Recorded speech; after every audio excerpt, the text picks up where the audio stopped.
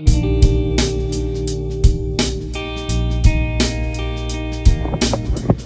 inspiración de las escrituras es el elemento fundamental, ¿verdad? Ya de ahí podemos hablar de otras doctrinas, sí, pero todas surgen y se originan en las escrituras. De la manera como uno trata a las escrituras es como Dios te trata a ti.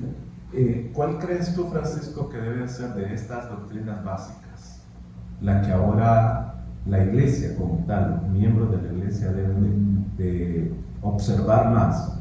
Todas son importantes, sí, pero ¿cuál crees tú que debe ser la que más debe de observarse? Bueno, hay que decir que tenemos doctrinas muy buenas y que son aportes de reformadores como Martín Lutero, lo dijimos hace un momento, sobre la justificación de la fe, por ejemplo, y otras que están clasificadas como doctrinas de la gracia, el arrepentimiento, la fe para con Dios, el nuevo nacimiento, la santificación en un carácter práctico.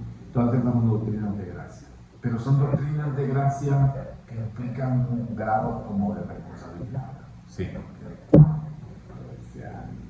Aunque decimos que el hombre no puede arrepentirse por sí mismo, sin embargo es responsable de responder al llamado de la predicación. Así que lo importante aquí es eso. Los otros aportes son los del reformador francés, Juan Calvino, que son las doctrinas claves: la depravación total, la elección incondicional, la expiación limitada, la gracia eficaz y la perseverancia de los santos. Siempre tomando en cuenta la responsabilidad que el hombre tiene. Es que lo que pasa es que en la doctrina clave del reformador francés se conjugan dos cosas: la predestinación y la responsabilidad. Y no puede solo considerarse un solo lado, hay que considerar los dos elementos. Sí.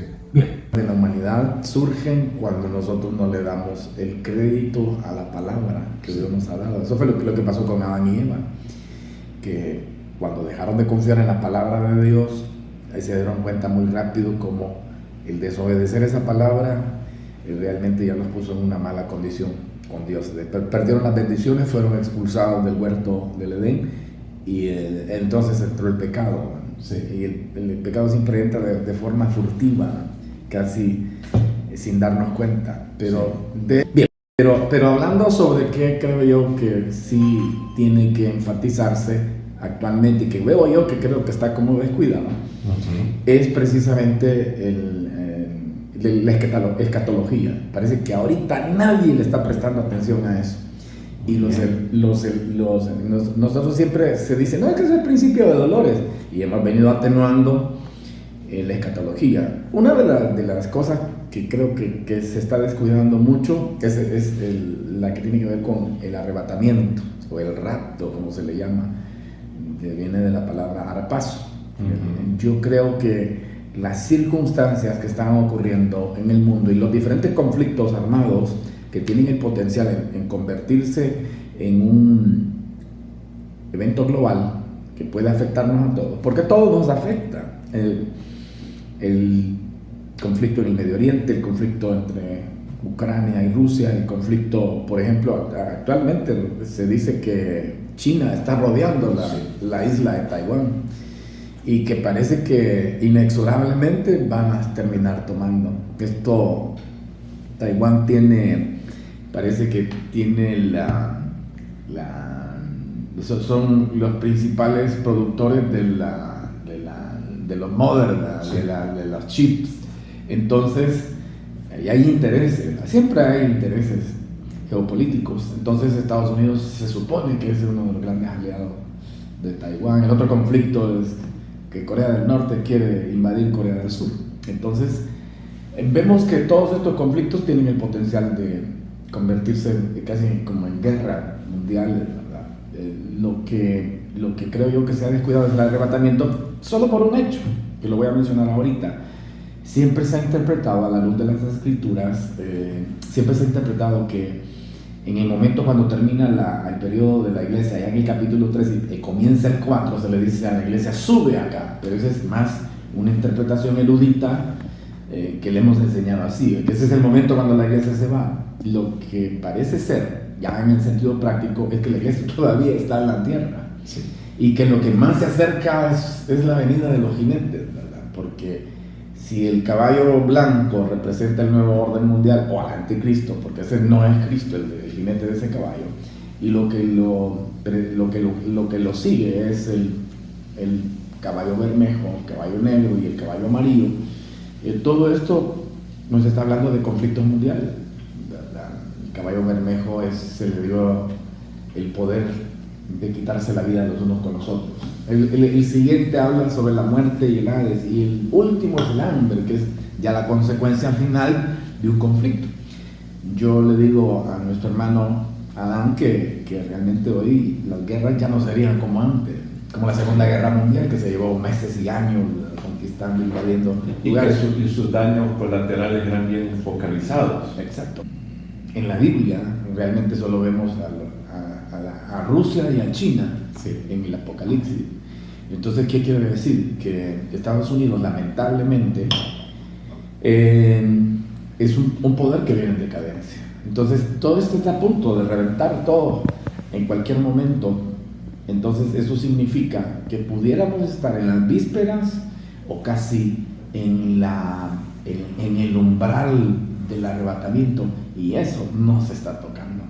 Okay. Ese creo que es una de las verdades que ahorita no se les está dando ninguno.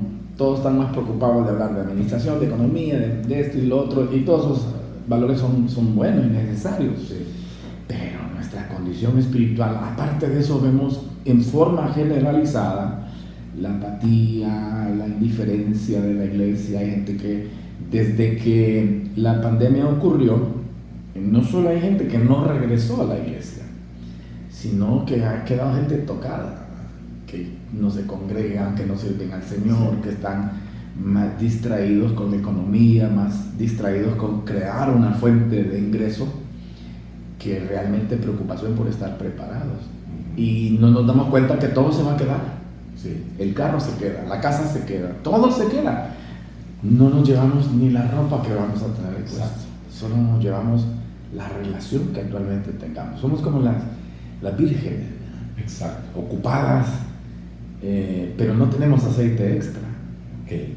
Como te decía, al invitarte a este programa no es con la finalidad de hacerlo polémico, porque los temas doctrinales se agarra esa línea y pierde la edificación de la palabra de Dios. La idea de este programa es conocer lo que cada iglesia cree de esas 10 verdades fundamentales, los diferentes aspectos de creencia y todo. Y ya que estamos hablando propiamente de escatología, ¿cómo ves los sucesos actuales de Israel?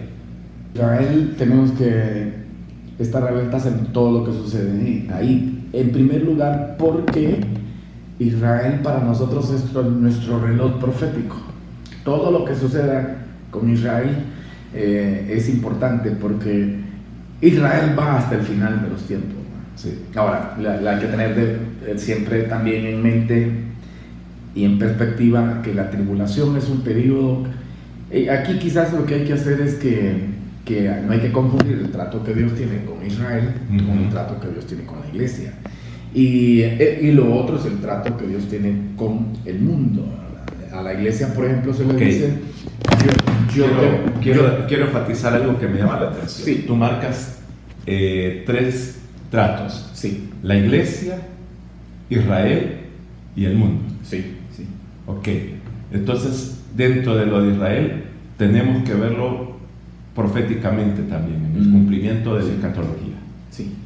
O sea, siempre caemos dentro del plano de la escatología, los eventos del futuro. ¿Por qué Israel es importante? Porque Israel es el que entra al periodo de la gran tribulación, que son 7 años. Okay. Algunos dicen que los primeros 3 años y medio serán de un trato con un personaje que nosotros llamamos el anticristo, el cual le va a dar la posibilidad de que Israel vuelva a ofrecer sus sacrificios, porque ellos todavía siguen con esa idea. Ellos no creen que Jesús sea... Ellos están en la expectativa del Mesías. Entonces en Jeremías se dice que este es el tiempo de angustia de Jacob, pero de ese tiempo será librado. Entonces se hablan de los 144,000 que realmente no son testigos de Jehová, sino son israelitas de sangre. Ellos se van a convertir y van a ser el principal elemento evangelizador para que se convierta a Israel. es que el periodo de la gran tribulación es el periodo donde Israel se convierte. Okay. ¿Por qué la iglesia no entra a la gran tribulación? Porque la iglesia ya su precio de redención ya fue pagado. ¿Y por qué la Biblia dice, yo te guardaré de la hora de la prueba que ha de venir sobre los moradores de la tierra? Tú estás abordando otra línea, digamos, de interpretación dentro del cristianismo evangélico. Así es. Porque hay quienes creen que la iglesia, hay dos corrientes, ¿verdad? Que la iglesia sí pasa la gran tribulación, y hay quienes creen que la iglesia sufre los primeros 3 años, y está el otro, digamos, postulado, que por lo que entiendo es que es el que tú estás representando, que la iglesia es arrebatada antes de lo que se conoce como el periodo de tribulación o de la gran tribulación. Sí, bueno, digamos que por ejemplo, para los que creemos que no va a pasar la iglesia, ese se llama pretribulacionista. Sí. Para los que creen que sí va a pasar, se llama posttribulacionista. Sí. Pero hay una interpretación de algunos que creen que la iglesia sí va a ser arrebatada, pero, por ejemplo, yo he oído alguna interpretación de que, por ejemplo, la iglesia es arrebatada en el capítulo 9, en donde dice ahí que hubo un águila de cola roja, y se interpreta basado en lo que dice en el libro del Éxodo, donde dice aquí, cuando saqué a Israel de Egipto, en alas de águila, y algunos interpretan. Entonces, yo creo que soy más de la posición de que es cierto que la iglesia no va a pasar la tribulación, pero que todavía va a haber un poquito avanzado algunos de los primeros jinetes, ¿verdad? Que son los que causan estos conflictos que actualmente están. Algunos dicen que esto es principio de dolores de parto. El problema es que nosotros estamos cantando eso desde hace rato. Sí. O sea, yo considero que ahorita estamos en dolores agudos. Okay. Dolores agudos significa que nosotros, esto está a punto de dar alumbramiento a un sistema, a un nuevo orden. Pero mientras Estados Unidos esté ahí presente, me imagino que se va a dar un conflicto de carácter global que va a permitir que los dos grandes protagonistas, China y Rusia, tengan el papel protagónico. Pero por el momento, si Estados Unidos es un poder en decadencia, porque todavía tiene sus bases aéreas y militares, pero al parecer va a suceder algo así. Sí. No sé si sabemos si será lo del Medio Oriente, no sé si será lo de Ucrania-Rusia, o lo de China-Taiwán, o lo de Corea del Norte en conflicto con Corea del Sur.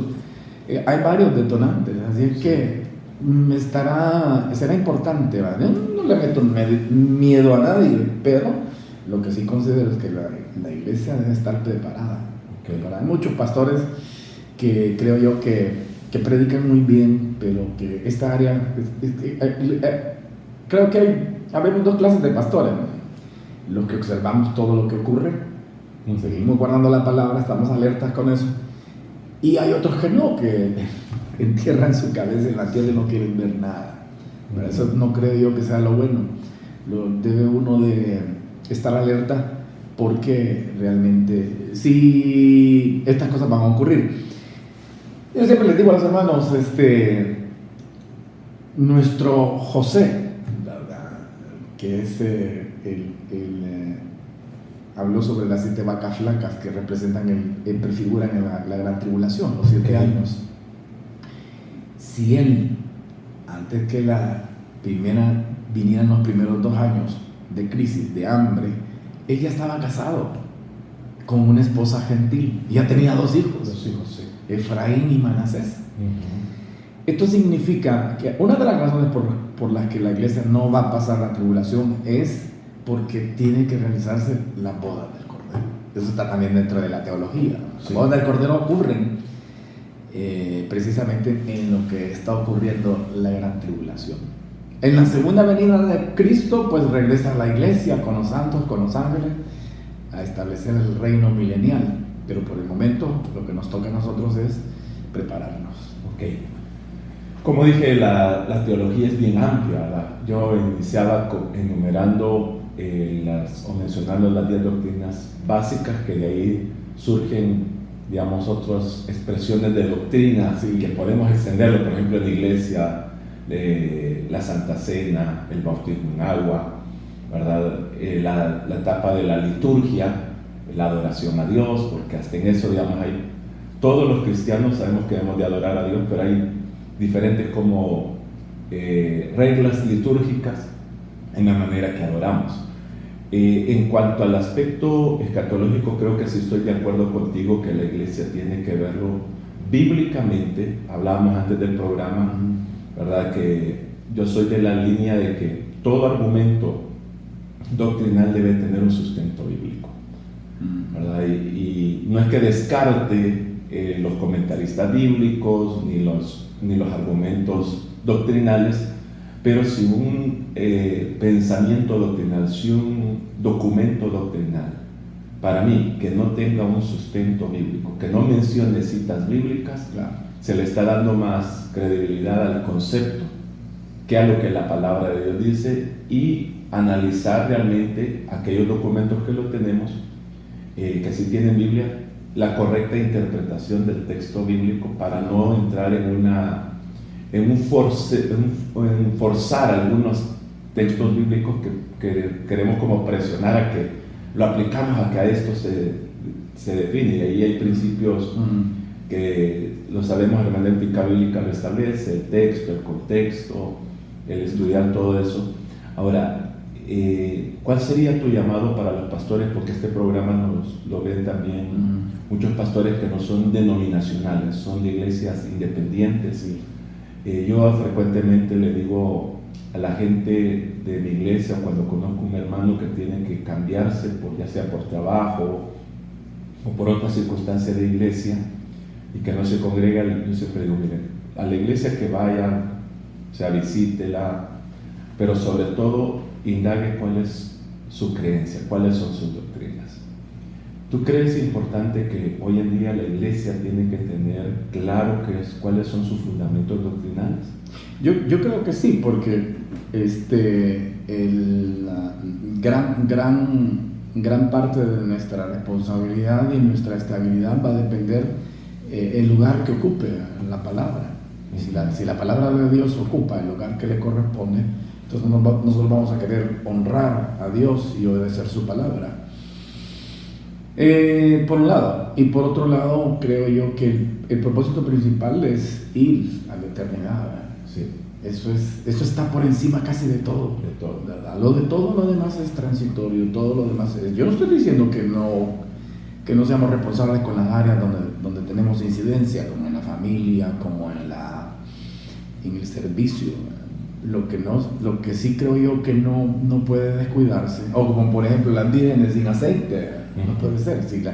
Si el aceite es nuestra relación con el Espíritu Santo, eso significa que nosotros deberíamos tener el aceite requerido para el día y el aceite extra para si el Señor viniera ahora, que uno... Exacto. Pero quiere decir que uno debe estar preparado. Entonces, siendo así, a mí me gusta mucho lo práctico, porque por ejemplo, ¿qué opinamos de esas altas temperaturas que estamos ahora teniendo en todas partes? Eso no puede ser más elocuente que lo que yo les diga, sí, porque lo estamos sintiendo todo.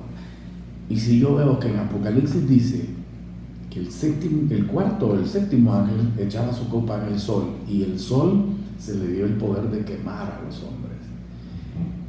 Y a mí me están diciendo, y a mí me salen los científicos llorando, diciendo, el clima no va a mejorar, sino a empeorar. Entonces eso significa que debo yo prepararme. Puede ser que ellos me digan alarmista, fatalista, lo que ustedes quieran, pero lo que sí es cierto es que nada de lo que yo haga aquí en esta tierra me lo voy a llevar. Mi casa, mi vehículo, ya no va a ser mi vehículo. Y no me voy a llevar quizás ni mi ropa. Nos vamos a ir solo con la relación que tengamos con Dios. Okay. Y cuidar las otras relaciones, ¿verdad? Pero eso es lo que me voy a llevar. Entonces, si el sol en lugar de mejorar va a empeorar, quiere decir que nosotros nos dirigimos inexorablemente a aquello que está allá adelante. ¿Qué esperamos? Sobre este aspecto, ya que estamos tocando elementos naturales como el universo, el sol, ¿cómo interpretas tú? Porque hay diferentes opiniones en cuanto a cielo nuevo y tierra nueva. Sí. Hay quienes consideran que cuando habla la Biblia en Apocalipsis de que, o en Mateo, esta tierra y el cielo pasarán y que habrá un nuevo globo terráqueo, llamémosle así, o un nuevo lugar. ¿Tú crees que es literal o que ese cielo y nueva tierra es una transformación como cuando el hombre se convierte a Cristo? ¿Verdad? Que cuando nos arrepentimos de nuestros pecados, la Biblia habla que somos renovados, tenemos una nueva vida y que no es que cambiamos de personalidad ni físicamente, seguimos siendo físicamente el mismo, pero somos nueva creación, somos una nueva criatura. Internamente. Entonces, ¿cómo interpretas tú eso? ¿Este cielo y esta tierra literalmente van a dejar de existir o hay una renovación? Bueno, primero hablando lo primerito, que es cierto, nosotros tenemos las primicias de la redención. Sí. Pero la Biblia también dice, hablando del cuerpo, que si este tabernáculo se deshiciere, tenemos en Dios un edificio. ¿Y eso qué significa? Que la redención todavía no se ha completado, pero ya inició, haciendo una renovación interna. Pero este cuerpo tiene que cambiar. Por la carne y la sangre no pueden heredar el reino de Dios. Y nuestra ciudadanía está en el cielo, de donde también esperamos a nuestro Señor y Salvador, quien va a transformar el cuerpo. Y no va a ser el mismo cuerpo. Quizás sí va a ser en el sentido de identidad, sí, pero va a ser un cuerpo semejante al cuerpo de la cuerpo gloria. glorificado, como dijo Pablo. Entonces, con la tierra y con los cielos, ¿por qué sabemos nosotros que son nuevos? Uno, porque el sol ya no va a existir, sino que será la Jerusalén la que va a iluminar con su gloria. Eso es lo primero que se nos dice. Dos, porque la Biblia dice que el mar ya no existía. Entonces, no es la misma tierra, porque es una nueva. Lo nuevo es nuevo. Muy bien. Así es que cielos nuevos, es que lo que pasa es que los cielos actuales, sobre todo las regiones celestes, de donde están habitando esos demonios que nos hacen la guerra, esas huestes espirituales, porque existe han sido contaminados. Esta tierra también ha sido contaminada. Y aunque hay quien sostiene, como Scofield sostenía que va a ser la misma tierra, solo que purificada por fuego, porque Dios prometió que ya no iba a haber diluvio, pero ahora parece que el fuego es el que purifica todo. Y es cierto, pero la Biblia dice que los cielos actuales los cielos y la tierra serán desechos. ¿Y qué va a ocurrir? Entonces responde Pedro, pero nosotros esperamos, según sus promesas, cielos nuevos y nueva tierra. Entonces ahí está claro, es claro que no va a ser la misma tierra. Va a ser algo nuevo. Estimado, recuerden que estamos ante las diferentes posturas. Probablemente usted tendrá ya su propio criterio y es importante que conozcamos las verdades y que al escuchar esto usted vaya a la Biblia, ¿verdad? Que vaya a la Biblia y compruebe. Realmente eso a mí me ha ayudado mucho a crecer en mi conocimiento bíblico y doctrinal. Tener primero dedicarme el tiempo y la humildad de escuchar también otros y no creerme que ya lo sé todo, ¿verdad? Y después ir a la Escritura y ver si realmente que lo que se está predicando, lo que se está enseñando realmente es la correcta interpretación y es una enseñanza. Francisco, el tiempo va avanzando y la doctrina es bien amplia, ¿verdad? Tampoco quiero abusar de tu tiempo, sé que tienes otras ocupaciones, pero tú mencionaste dos cosas que yo quiero que abordemos. Mencionabas en tus palabras el Espíritu Santo, lo que me hace entender, y conozco, ¿verdad?, que es una iglesia pentecostal. Sí. Y aquí, digamos, dentro del mismo movimiento hay una marcada diferencia en la doctrina del Espíritu Santo entre bautistas y pentecostales. Y sobre todo en dones, si incluimos Misión Centroamericana, que por cierto, si Dios nos presta vida, el programa de la próxima semana es con un pastor de la Misión Centroamericana. Vamos a escuchar lo que ellos creen que es más importante enseñar hoy. Pero los centroamericanos sí creen, por ejemplo, en la sanidad divina, que es un don del Espíritu Santo, pero tienen sus reservas en cuanto a las lenguas, a la profecía. En tu caso como iglesia, ¿verdad? Y con el respeto, porque sabemos que Misión Cristiana Elín es una mega iglesia y es grande, ¿verdad? Y que también, como toda iglesia denominacional grande, hay diferentes opiniones, a pesar de que sean de la misma iglesia. Dentro de la misma iglesia. Puedes disfrutar tu café de Seed Coffee. Quiero decir que The Seed Coffee es una estrategia misionera que el Señor nos dio esa visión, que a través del café sostenemos la obra de las misiones. Gracias. ¿Verdad? Así es que... Por el coffee.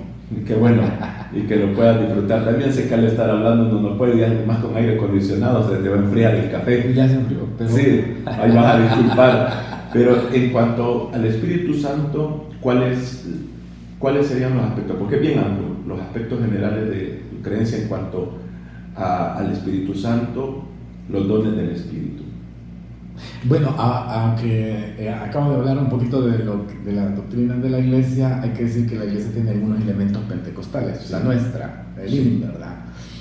Dentro de esos elementos pentecostales está el bautismo con el Espíritu Santo. Sí. Los dones del Espíritu, creemos que los dones del Espíritu existen actualmente. Creemos también en el ministerio profético, aunque está ahí dentro de los ministerios que Pablo señala. Creemos en el ministerio profético en el sentido de que Dios le habla a la iglesia, se le revela, como dijo Amós, que antes que yo voy a hacer algo siempre le hablará primero a los profetas. En eso nosotros creemos que así es. En lo que creo yo que la iglesia se toma distancias en creer que un profeta con su profecía deba dirigir la iglesia. Creo que los llamados a dirigir la iglesia somos los pastores y los maestros. Sí. Y los apóstoles, ¿verdad? Que todavía probablemente existan, aunque nosotros pues esos elementos ahí están, pero sí creemos que debemos de acompañar lo profético con lo escrito para no salirnos del camino, ¿verdad? Porque hay mucha gente acostumbrada a ignorar las escrituras, a no leerlas, a no instruirse, y les encanta que alguien venga y les diga, haga esto, dice el Señor, ¿verdad? Eso sí, casi adivinación, algo así, y que les encanta, que si les dicen, mire, usted ha hecho esto, y diga, vaya, esto me va a resolver la vida. Sí. Realmente la palabra de Dios es un elemento en donde, por eso nos la dio el Señor, ¿verdad? Para que nosotros sepamos que hay algunas cosas que, instruyéndonos, debemos tomar las mejores elecciones y decisiones. Si no, estaría en vano la escritura. Sí. O sea, nadie nos va a resolver la vida. Tenemos que aprender a ser sabios. Parece que ser sabio es, bueno, el elemento que nosotros siempre decimos, que el principio de la sabiduría es el temor a Dios. Sí. Pero Job dice que la inteligencia es apartarse del mal. Sí. Entonces ser sabio significa esas dos cosas, tener temor de Dios, pero apartarse de las ocasiones en las que uno pueda fallarle al Señor. Entonces eso es bien interesante. Tengo una inquietud, Francisco.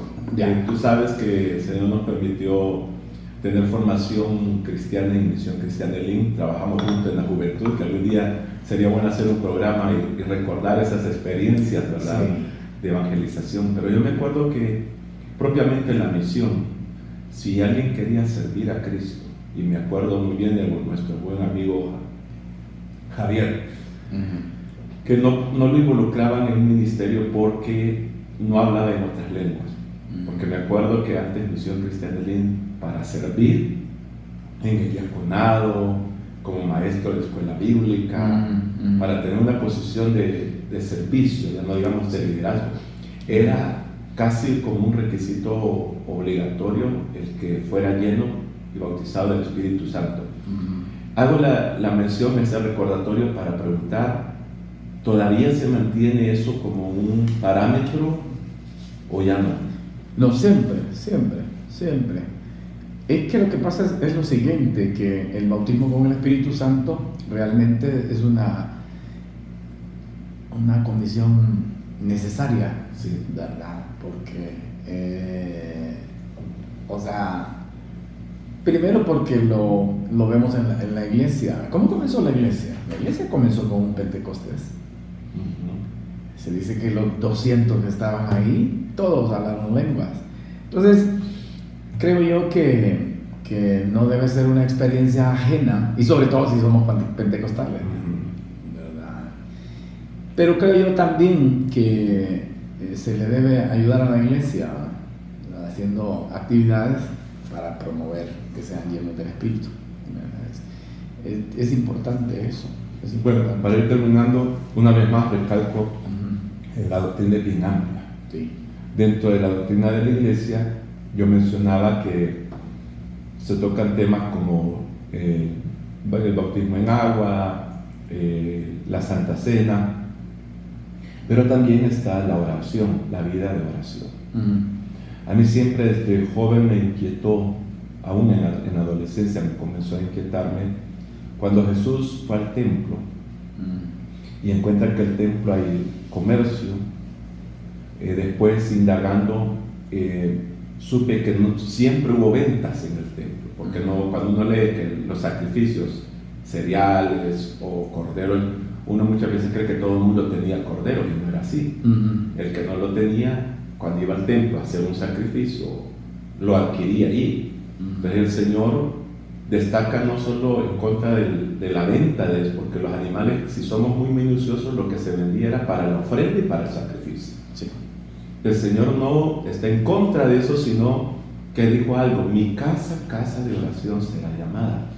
Y en mi adolescencia y más en mi juventud eso me inquietó, porque si creemos que dentro de la doctrina de la iglesia la adoración, la lectura de la Biblia y la oración es fundamental, ¿cuál sería tu llamado? Porque si analizamos nuestros programas litúrgicos, desde que iniciamos el culto, la mayoría iniciamos con una oración inicial, pero si evaluamos el tiempo que dedicamos a la adoración, que es bueno adorar a Dios, al cántico, al tiempo de la predicación, que es esencial que en una iglesia haya predicación, pero el tiempo de la oración, como varios predicadores lo han dicho, que tienen una vida de oración muy activa. Algunos dicen que es la cenicienta de la iglesia, ¿verdad? Otros dicen que es la parte litúrgica olvidada. ¿Cuál sería tu llamado doctrinalmente sobre la vida de oración? Eso de que es la cenicienta lo decía Leonard Ravenhill, en un libro llamado ¿Por qué no llega el avivamiento? Por cierto, yo lo tengo en versión digital, ya no la encontré, ya no se encuentra escrito. Pero lo que sí es cierto es que la oración es como el aire que uno respira. Ya me dijimos si era bueno vender o no vender dentro de la iglesia. Sí. Lo que considero yo es que la iglesia a veces tiene necesidades para mejorar la iglesia. Exacto. Y tiene sus diferentes actividades. Siempre y cuando este tipo de actividades no interrumpan lo que es ese periodo de adoración y oración, creo que no habría ningún problema. Pero yo sí considero que es importante. Okay. Es una mala señal, porque para el creyente la oración es como, creo que M. Bounds decía algo respecto a la oración, en aquel, no sé si es el predicador y la oración, ¿verdad? Sí. Que cuando el cristiano ora, cesa de pecar.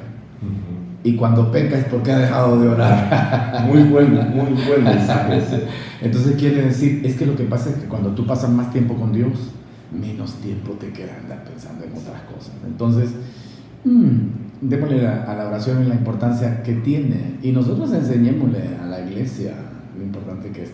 Hay gente que evita a toda costa orar, no les gusta orar, y eso va en contra del ambiente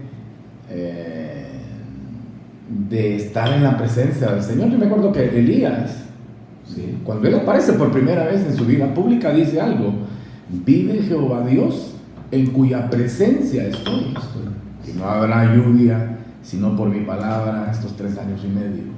Pero quiere decir que la vida devocional a Elías le acompañó todo el tiempo. Sí. Nosotros tenemos una gran ventaja hoy, ¿verdad? Porque como dijo David en el 139 del libro de los Salmos, si subo al cielo, ahí estás tú. Si me voy al horizonte del mar, ahí estás tú. Si me voy al abismo, ahí te encuentras tú. Si me trato de encubrirme en tinieblas, lo mismo te son de las tinieblas. Es decir, nosotros tenemos una gran ventaja. Porque mientras que Job no encontraba a Dios y le decía, quisiera ir donde está tu silla a exponer, él sentía que Dios estaba remoto y lejano. Y nosotros ya no padecemos de eso, porque la palabra nos informa que básicamente no hay un lugar donde uno pueda excluir a Dios, ¿verdad? Entonces, eso debe ser animarnos a permanecer más tiempo en nuestros tiempos devocionales, que son los tiempos de oración, ¿verdad? Exacto. Para cerrar hoy sí, el tiempo avanzado. Hoy sí. Hoy sí. Bueno, somos predicadores, siempre decimos, en 5 minutos termino. Cabal, y se hace vigilia. Sí. No, quiero, ¿cuál es tu opinión? Porque algunos cristianos creen, tuve el privilegio de nacer en un hogar cristiano y yo me acuerdo que antes, bueno, no teníamos tanta emisora cristiana y si algún pastor de una iglesia quería salir al aire, tenía que ir a las emisoras como Radio Bea o Radio Progreso. Sí, las antiguitas. Sí, ahí unía todas las iglesias. Y quizás más de alguna vez fuimos. Sí, y hago mención de esto porque hoy que ya tenemos, las denominaciones tienen sus propios medios, hizo en ese punto que actividades a nivel nacional no se apoyaban por todos, y hay quienes, y digo esto porque es una pregunta que muchos pastores me hacen, es sobre el ecumenismo. Antes veíamos el ecumenismo entre la unión del cristianismo evangélico con el catolicismo. El sincretismo. Sí. Así se llama. Pero algunos cristianos creen que ir a una actividad evangelística que hace el IN, por decir, o que hace el TABER, ya eso es ecumenismo. ¿Cómo ves tú esa presión? No, eso es un extremo. Yo creo que hay iglesias evangélicas muy buenas en las asambleas, en las iglesias bautistas. Algunas tienen actividades muy buenas. Sí. Yo no estoy en contra de compartir, de estar en el más de alguna actividad que tienen algún predicador invitado. A veces es bueno, uno necesita compartir. Claro. Yo me acuerdo que cuando nosotros decíamos que si llegaba un testigo y decían, invítenlo a orar, y a veces los testigos no querían que oráramos, pero hoy parece que aceptan. Sí. Sí. Entonces, pero es que no nos va a pasar nada, o sea, somos llamados a no estar distantes, ¿no? Sino estar cerca. Pero hablando de esto, Adán, ¿te acuerdas que nosotros como jóvenes había un tópico que nosotros siempre tocábamos y que ya no me toca? ¿Te acordás cuando decíamos arder de pasión? Sí. Sí.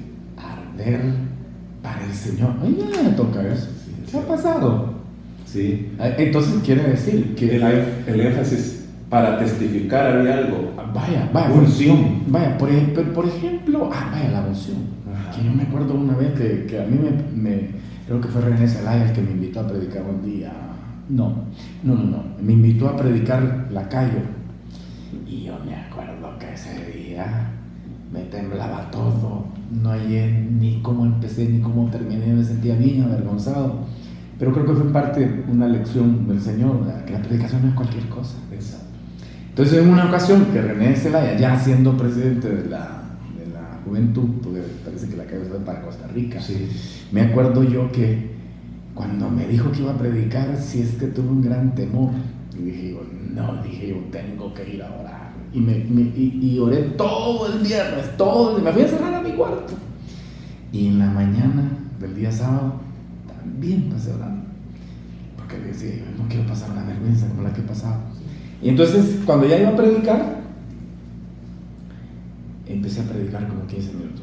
Dije yo, no, está igual, esto está frío, dije yo. Y cuando dije yo, no nací para esto, me cae una unción sobrenatural. Gloria a Dios. Y empieza Dios a hablar y los hermanos empiezan a sentir que la palabra les estaba penetrando. Bueno, yo creo día más lo hicimos porque todos terminamos llorando. Y me acuerdo que René Zelaya, el líder de la juventud, dijo, hoy sí, la juventud va para arriba, dijo. Lo que no habían sabido ellos es que yo había estado encerrado todo el día. Pero quiero decir que es que lo que yo solo puedo hablar de lo que yo he experimentado. Y sé que si otro me oye, me va a decir que no, que sea emocionalismo y lo que sea. Pero fue nuestra escuela. Exacto. Pero sé que existe. Exacto. Y que sé que es producto de la oración. Sí. Y como decía Leona Ravenhill, cuando tú subes al púlpito y no has orado por lo menos 2 horas, uno sabe si la tiene o no la tiene, porque la unción es la corona que uno se ganó luchando en la oración. Entonces, yo lo he experimentado, es cierto. Y si algo vamos a conservar de nuestro antiguo liderazgo, debería ser eso, sí, ¿verdad? Porque tuve la oportunidad de ir a Europa, estuve predicando en la ELIN de Madrid, en la ELIN de Jaén, en la ELIN de Bélgica, y me acuerdo que allá en Bélgica hay muchos sudamericanos, hay salvadoreños, hay ecuatorianos, bolivianos, hay peruanos, y me acuerdo yo que prediqué sobre Elías, por cierto, cuando Elías se va a echar el enebro, y me acuerdo que había una unción. Yo no sé si transgredí ahí al pastor, porque quizás el pastor que estaba ahí pues es de otro, es como más pedagógico, más de estudio, calmado. Tengo una mesa que, como yo soy pentecostal, y me acuerdo la congregación, pasaron casi todos, hay mucha gente con soledad y un abrazo y una caricia del Espíritu Santo es una cosa increíble. Es una experiencia. Me acuerdo que toda la gente lloró y quizás nunca me vuelvan a invitar otra vez. Pero yo sé que ese día esa gente se llevó algo que quizás Dios nos lo dio así de gracias. Es que hay que tratar de ganarla siempre, la unción, en oración. Esos son elementos, como vuelvo y repito, esos son elementos de nuestra juventud que no deberían perderse. No se deben y entonces hay de olvidar. A ver si podemos empezar a predicarles de eso. Ya estoy predicando arder en el Espíritu. Amén. Tenemos, querer morir por Cristo. La pasión por las almas. Eso, la pasión por las almas. Si usted no necesita ser lleno del Espíritu Santo para ir y evangelizar, los 70 no fueron, pues. Exacto. Y venía, Señor, hasta los demonios se nos sujetan en tu nombre, les dijo Jesús. Yo veía, y todavía no había ocurrido el Pentecostés, sí. Y les dijo Jesús, yo veía a Satanás caer del cielo a la tierra como un rayo. Y aquí les doy potestad sobre toda fuerza del enemigo. Es decir, esas son cosas que podemos hacer, no necesitamos que nos digan, no, dice que yo no he recibido el bautismo, no importa, puede. Pues eso sí puede. Ir a evangelizar, a ganar almas, eso sí podemos. Exacto. Amén. Bueno, gracias Francisco por tu tiempo, ¿verdad? Unas palabras de despedida para nuestros hermanos. Bueno, hermano, cuánto gusto compartir con ustedes. Espero realmente haber sido de bendición para ustedes y esperamos vernos en algún futuro próximo, hablar quizás de otros temas, pero esperamos en Dios haberles edificado. Dios les bendiga a todos. De hecho, sí te voy a invitar porque ahí, como esto es una manera de introducción, hay un tema, digamos, en cuanto a la doctrina de la salvación, no con el sentido, vuelvo a aclarar, polémico. Este espacio no es para generar polémica. Claro. De hecho, los comentarios que vienen con ese sentido, los dejamos ahí, pero no le damos respuesta, solo respondemos con el sentido, el programa no es polémico. Eso yo no puedo hablar sino de mis experiencias. Pueden tomarlas o pueden dejarlas, porque aquí está quien es libre. Pero creo yo que pues, todo lo que es bueno, sí es bueno experimentarlo. Hasta que uno lo experimenta, es cierto, el hermano tenía razón. Y conocer qué es lo que creemos. Y vamos aquí nos hemos tirado ya no a lo doctrinal, ya estamos hablando de lo devocional. Y eso es bueno. Exacto. Eso es bueno. Pero sí, digamos, ya doctrinalmente, el punto de la doctrina de la salvación, en el aspecto de la predestinación, sí. es uno de los temas ya que es siempre otro tema duro. Entonces, te voy a invitar con tiempo para que tú nos puedas exponer el por qué sostienen sus bases bíblicas de la predestinación, porque igual vamos a tener a otro pastor que no es arminiano, pero sí tiene sus variantes en cuanto a esa doctrina. Solo es abeliano. Entonces, y sobre todo lo hacemos para conocer lo que los cristianos sustentamos, creemos, predicamos, sostenemos, y generar el respeto y la unidad del cuerpo de Cristo. Y solo para finalizar, Adán, hay que decir que, por ejemplo, Calvino, no hay que considerar el temperamento y los estudios que él tenía como abogado. Sí. Él era un doctor, Sí. igual que Lutero.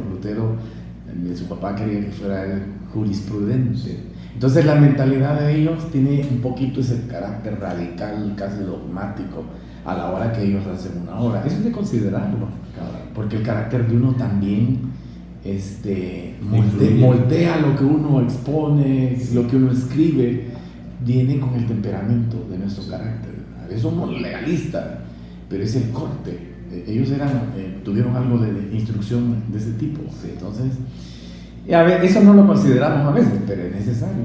Así es. Amén. Bueno, muchas gracias, que el Señor les bendiga y esté pendiente para el próximo programa, que las bendiciones de Dios sobreabunden en sus vidas. Bendiciones para todos. Bendiga.